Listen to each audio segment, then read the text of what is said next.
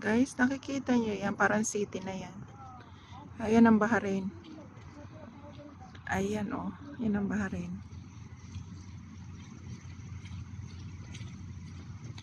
Ganon siya kalapit. So ayun, yung tulay na yon. Ayan, ayan yung crossway na sinasabi. Ayan, galing sa Asisiya. Ayan, ito yung magandang kuha. Ayan. Ayun, yung daan na yon. Ayun yung crossway. Papunta doon sa Bahrain. Ayan ang Bahrain. Ayan oh. So kitang kita yung Bahrain. Nagdilim na. Dumilim. Ayan ang Bahrain. So kitang kita ang Bahrain. Malapit lang sila dito. Ayun yung crossway na dinadaanan. Ayan. Eto na ang Al-Khobar. Ayan. Kailangan ko na palang bumalik. Kasi ito ay ginagawa at may harang. Ayan. Under construction siya. So, ayan. Dito ka lang talaga pwede maglakad sa mga gilid-gilid. Ito siya. Ayan. Ang malawak na construction buong paikot. So babalik na ako doon sa Corniche. Doon na lang ako mag-video. Ayan ang City Max, Almana. Ayan restaurant. Ayan ang mga hotel.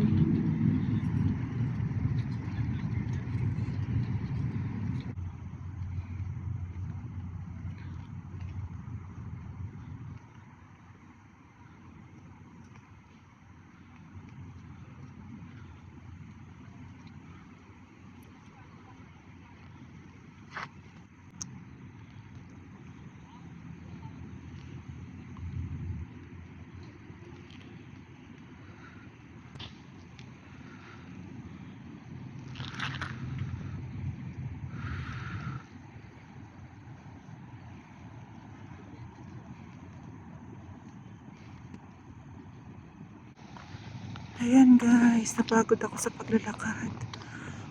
Napagod ako sa paglalakad. Sumakit yung aking mga paa, yung aking mga binti sa paglalakad guys.